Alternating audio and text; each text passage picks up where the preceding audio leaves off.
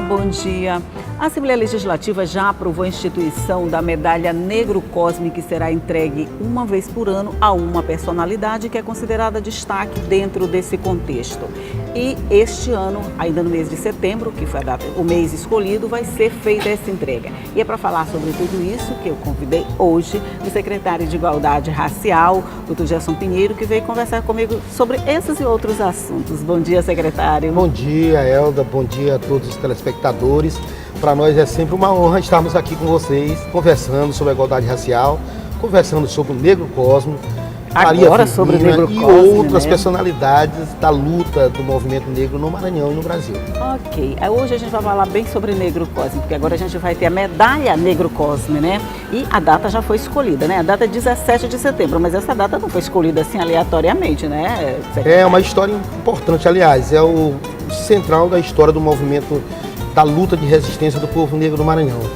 Cosmo Bento das Chagas, o Negro Cosme, ele foi das lideranças, dos líderes da balaiada. E durante o processo da balaiada, ele chegou a regimentar mais de 3 mil negros, escravos, que ele tirava das senzalas, que ele tirava das fazendas, constituía o exército dele para fazer a batalha da balaiada. Então o Cosmo Bento das Chagas foi preso depois, né, pelo sistema. Isso. E foi condenado à forca, ser executado em Itapecuru, que era a comarca de Itapecuru Mirim. Então, até hoje, o movimento negro... Mas ele era de Itapecuru ou ele era da área que hoje é Serrano? Não, ele era da Vila da Manga, que é Nina Rodrigues. Um dos pontos deles era Nina Rodrigues, Vila da Manga. E o quilombo dele era em Brejo, hoje está em Chapadinha. No interior de Chapadinha, que era Lagoa Amarela. Ele tinha atuação, ele nasceu em um, atuava em outro, arregimentava em outro, ele foi juntando porque, todo mundo. Porque, na verdade, ele nasceu no Ceará. Cosme Bento das Chagas nasceu em Sobral do Ceará. Mesmo? Outra curiosidade sobre o Cosme é que ele não era escravo. Ele era negro forro. E não se tem ainda a informação, né, de quando ou como ele se tornou livre, se nasceu livre ou como se tornou livre. Então, nós conhecemos a história de Cosme a partir da chegada dele ao Maranhão, na província de Itapecuru. Ele já chegou aqui como escravo livre. Já chegou como negro livre. Isso. Ou como negro livre. Como negro livre.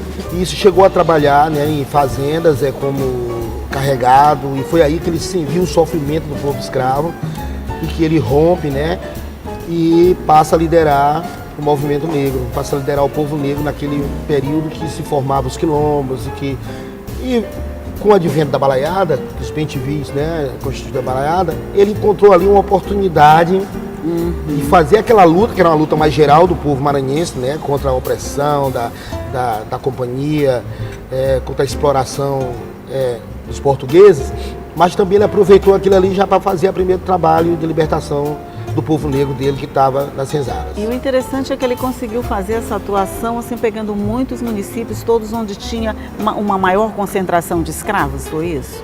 Foi isso, porque ele pega Munim, região do Munim, região do Itapecuru, região do Baixo Parnaíba, que é onde ficava o quilombo dele, né, em Lagoa Amarela, hoje é Chapadinha, e ele pega todo esse... E pessoal do Médio Minharim. Pessoal do Médio Minharim. Uma das fugas dele já depois da perseguição na balaiada foi no sentido de Vitória do Minharim, acho que hoje é a Conceição do Lagoaçu, povoado de Lapela. Povoado de Lapela, então por ali tudo ele passou, arregimentando o povo e tinham várias subtenentes dele, né, que já trabalhavam nessa...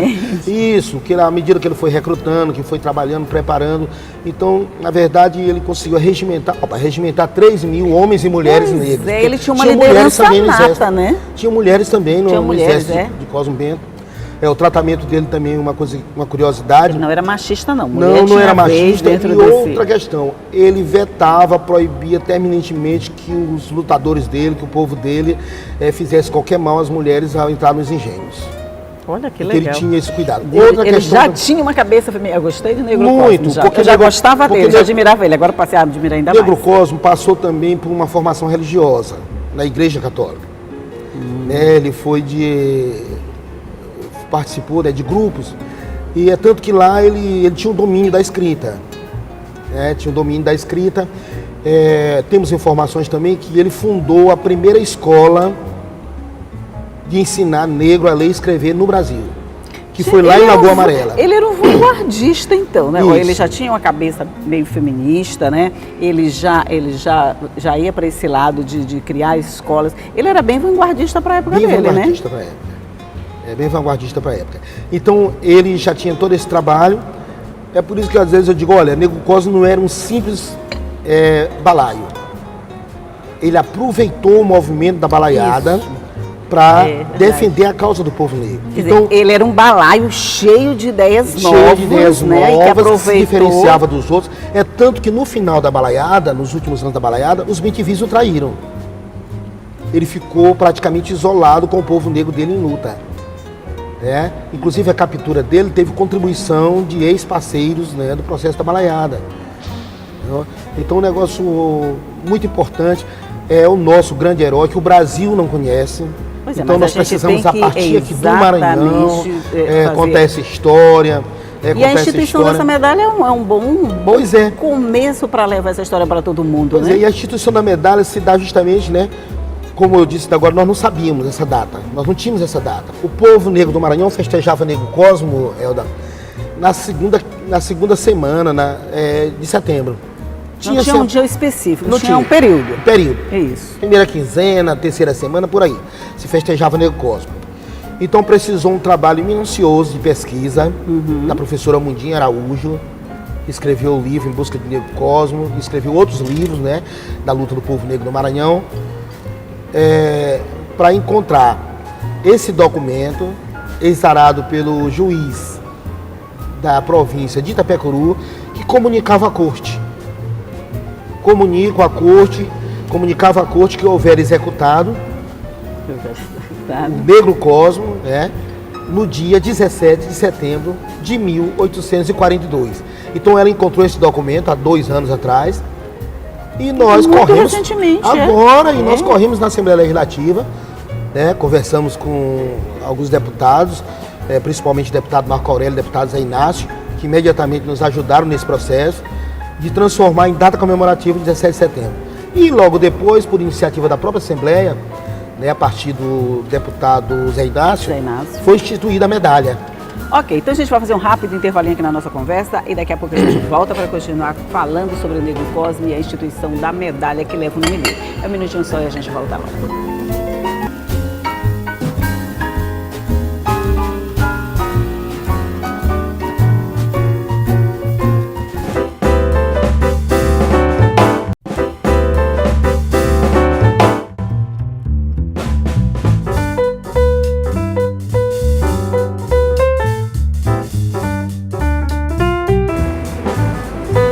Já estamos de volta para o nosso segundo bloco de conversa aqui com o secretário de Igualdade Racial sobre a medalha, mas principalmente sobre a importância do Negro Cosmo.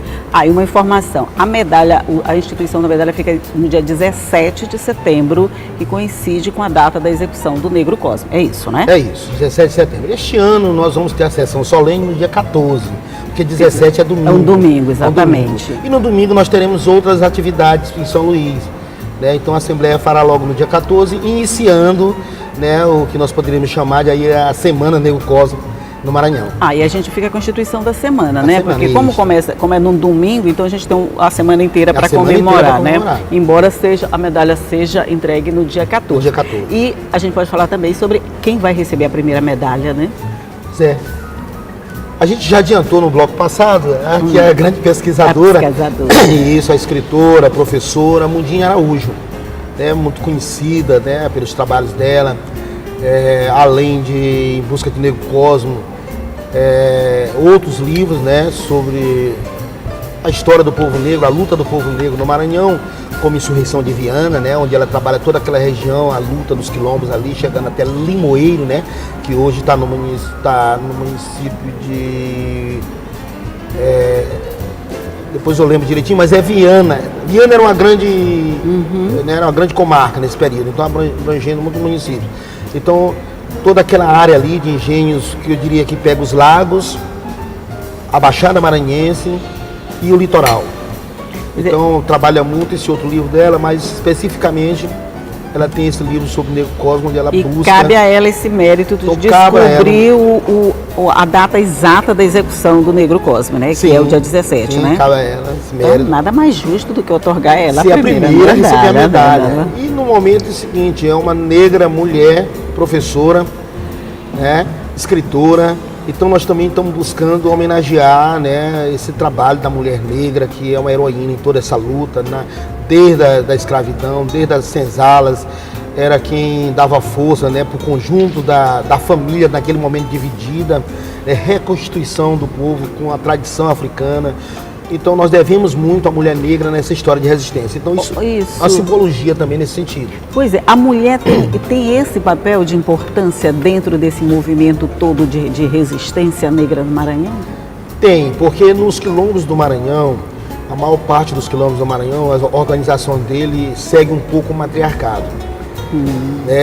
São quilombos como Itamatatiba, né, onde a gente tem um trabalho dirigido pelas mulheres, como o Damásio, as próprias casas de matriz africana do Maranhão, né, como Casas das Minas, como outras, elas têm uma certa ascensão da mulher, porque foi ela que guardou os conhecimentos, né, da medicina, da história, né, do povo, tanto antes de vir da África para cá, durante o êxodo da África para o Maranhão, para o Brasil, assim como a convivência nos quilombos, a formação dos quilombos. Era um período em que o povo, os homens negros tinham que estar muito vigilantes nas estradas, combatendo perseguição aos quilombos. Então cabiam as mães, que na verdade eram mães de toda aquele grupo de pessoas, né, as matriarcas, digamos assim. Elas tomavam conta de tudo que acontecia dentro das casas, dentro dos quilombos, dentro mais dos ou quilombos. menos. Então isso, né, terminou consolidando, né, um posto de comando, né, das mulheres negras no Maranhão. Muito importante. Eu gosto de conversar com o senhor porque eu sempre me sinto assim numa aula de história e de geografia, porque eu vou passeando assim pelo estado inteiro, de quilombo em quilombo, assim até lugares que você não sabia que tinha quilombo, né? Porque a gente tinha quilombo espalhado no estado inteiro, secretário? No estado inteiro, tá aí, eu lembrei, agora eu esqueci onde era o quilombo. Era em Turiaçu. Turiaçu. É o quilombo de Limoeiro. Hoje extinto, né? Nós ainda temos a região e nós temos um quilombo importantíssimo hoje lá em Turiaçu, que é o de Jamari dos Pretos. E o quilombo de Jamari dos Pretos, o governo do Maranhão estará indo no próximo mês já fazer entrega da escola quilombola de Jamari dos Pretos. Muito importante. Pois é, essa, vamos dizer assim, essa recuperação da tradição e a fixação dos quilombolas nessas áreas que tradicionalmente pertencem a eles, isso dá além de dar uma elevada na autoestima da classe, serve também para garantir a continuidade dessa história, né? Pois é. Nós estamos fazendo um teste de tecnologia de desenvolvimento social das comunidades quilombolas, ou eu diria, das comunidades tradicionais. Nós estamos propondo uma tecnologia. Então nós criamos no programa Maranhão Quilombola, um subprograma, digamos assim, ou uma ação direcionada que nós estamos chamando de Rota Quilombola. Eu estou apaixonada por essa rota. Ela parte do princípio. Ela parte do princípio, que através de pesquisas, de que o povo negro, ao fugir dos engenhos, durante o período de escravidão ou no pós-escravidão, porque nós sabemos que o Maranhão sai do período de escravidão em 1888, 89, e ingressa num longo período que eu poderia dizer assim de semifeudalismo. No Maranhão o capitalismo não chegou depois da escravidão. São Paulo pega, desenvolve o café, vai embora, aquela coisa toda. O Maranhão ensaiou, né, uma têxtil a partir do algodão que já produzia no Maranhão, mas no interior do Maranhão, não, os escravocratas passaram as fazendas a seus filhos, que se tornaram senhores feudais. Que é o que hoje nós ainda temos ainda no interior do Maranhão. Eu ia perguntar se a gente não tem isso ainda. Muitos coronéis, que são herdeiros. Se você pegar o livro de história do Maranhão e voltar a 1800, 1700 e comparar hoje com os sobrenomes, a mesma família que era escravocrata hoje está ainda como coronel no interior. Então, o Maranhão... Só mudou o nome, né? Não é mais escravocrata, não é mais senhor feudal, é dono de fazenda. É dono de fazenda. Dono de fazenda. Pois é, sobre esses donos de fazenda e sobre tudo isso nós vamos continuar falando no próximo bloco. De novo eu vou fazer um rápido intervalinho e volto logo.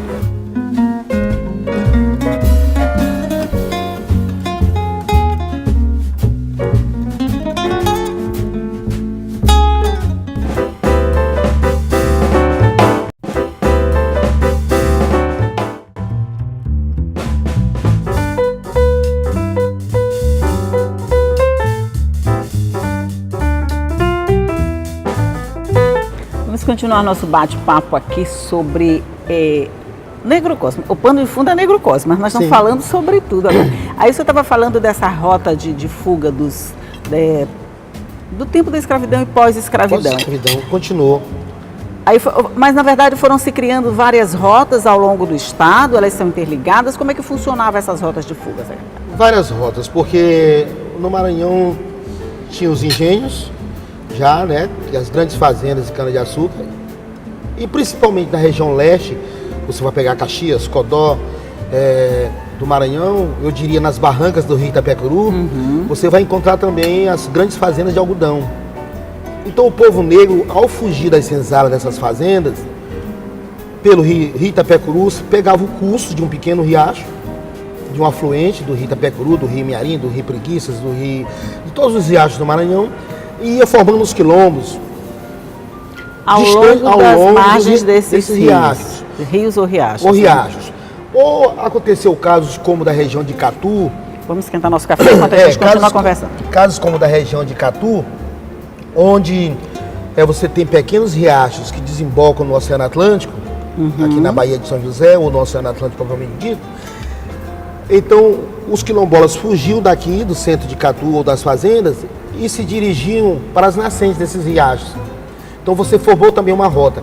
É como se você pegasse um rosário, um terço, né? Os mais novos, como se você pegasse um terço, né? E fosse acompanhando as contas dele.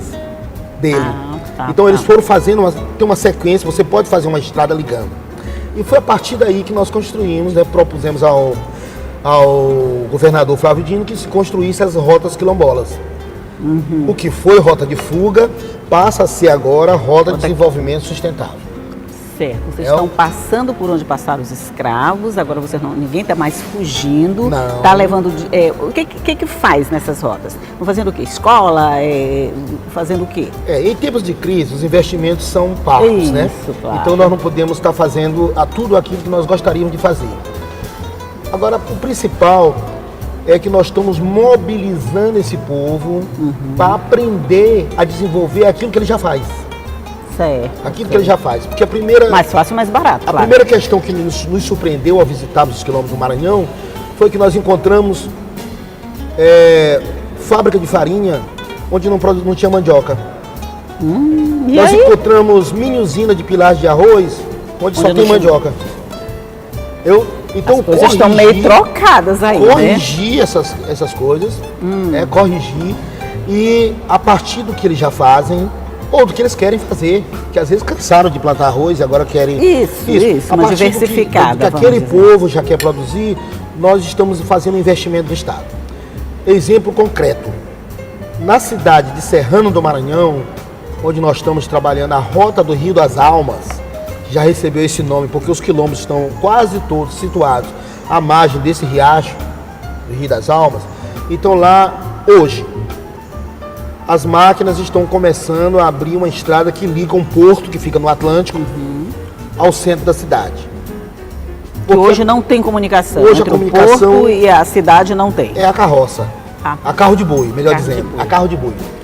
Então o povo os pescadores, quando chegam ao porto, chamado Portinho, eles terminam levando a produção para outras cidades vizinhas, ou para Corurupu, ou então deslocam para São Luís, que é uma longa viagem no gelo. E aí nós estamos também ajudando o município a organizar a sua produção, a partir daí. Então lá nós estamos fazendo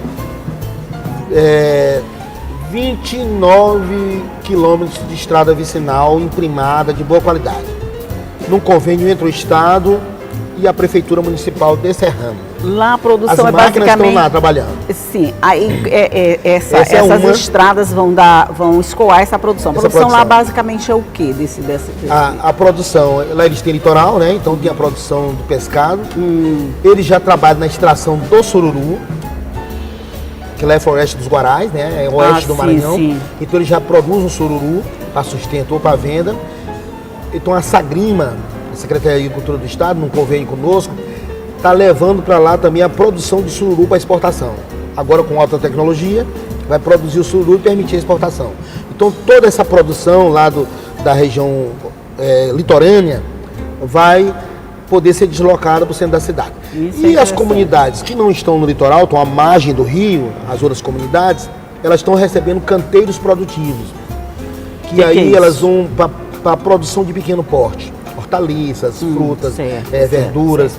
E que essa produção já vai ser adquirida pelas compras governamentais.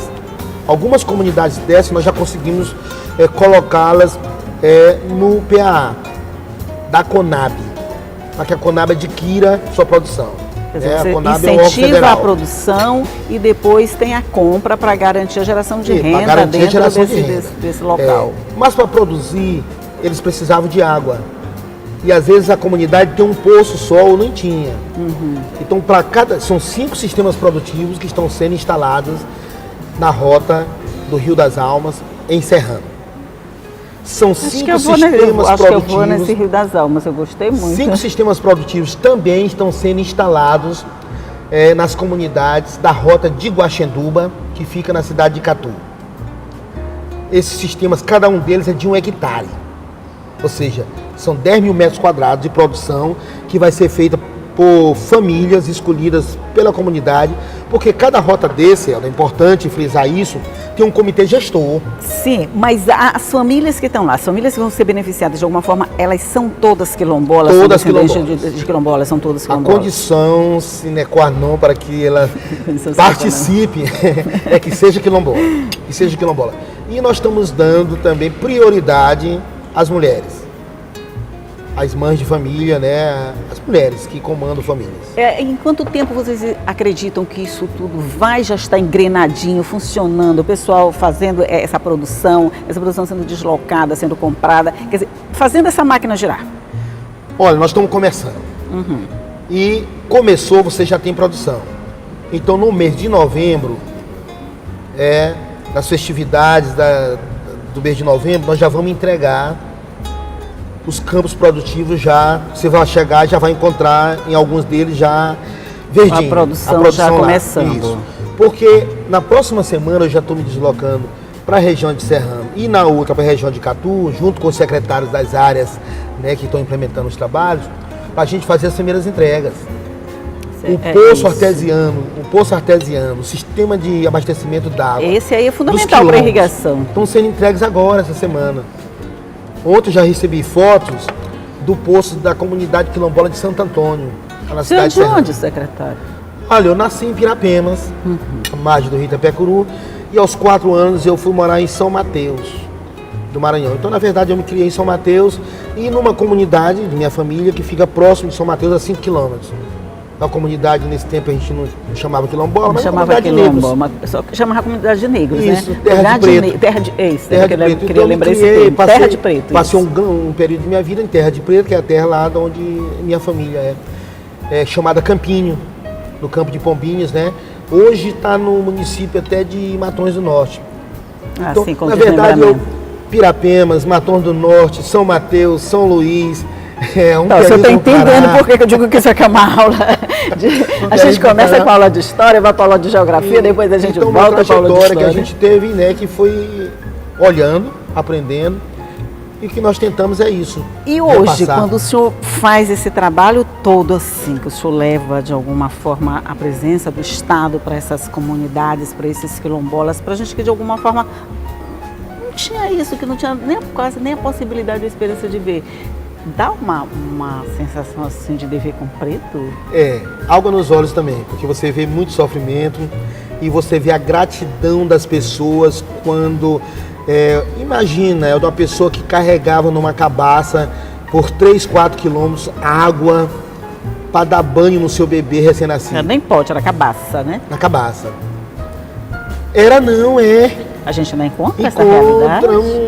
Encontra muita ainda. Então você carregava água para tudo. Agora, quando ela abre a torneira na casa dela e sai água potável. Senhora, a senhora pode beber agora. Dessa água. Eu passei outro dia brigando com a senhora que tinha que ferver, tinha que coar. Agora não, a senhora está recebendo uma água de qualidade.